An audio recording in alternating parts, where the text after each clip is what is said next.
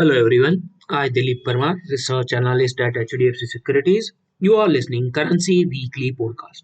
The Indian rupee gained for the eighth day in trot to finish the week with a gain of 24 paise to 82.92, the strongest closing level since September and the best performer among the Asian currency.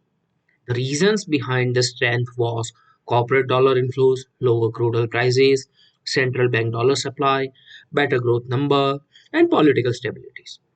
This week, we have a trade number and factory level inflations which will provide the near term directions for the rupee.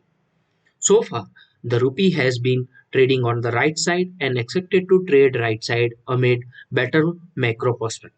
During the week, we have seen India's inflation accelerate to 4-month high as food prices climbed, justifying the central bank's cautions in keeping the interest rate higher for longer. The consumer price index rose 5.69% in December from the year earlier and compared to 5.5% reading in the November. India's forex reserves declined sharply by 5.89 billion to 617.3 billion for the week ending January 5th after rising for the fourth consecutive week.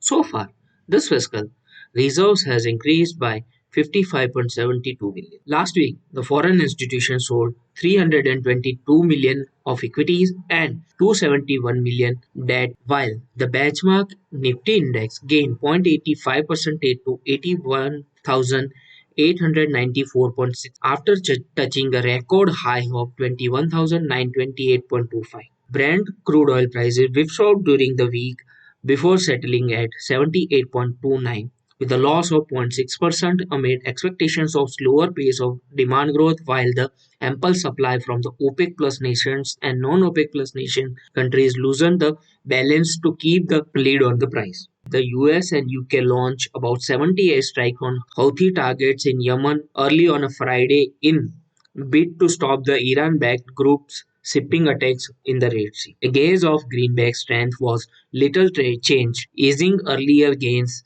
as two-year Treasury yield slide to lowest level since May after the producer price index in the December. On a Monday, PBOC refrained from cutting a key interest rate in January as it focused more direct support to loan growth than interest rate cutting. Back home, the outlook for the USD INR remains bearish side as the spot USD INR is heading towards 200 DMA which is placed at 82.70 on the daily chart with bearish formation of lower top lower bottom along with the momentum oscillators and indicators turning negative exhibiting continuation of a weak trend.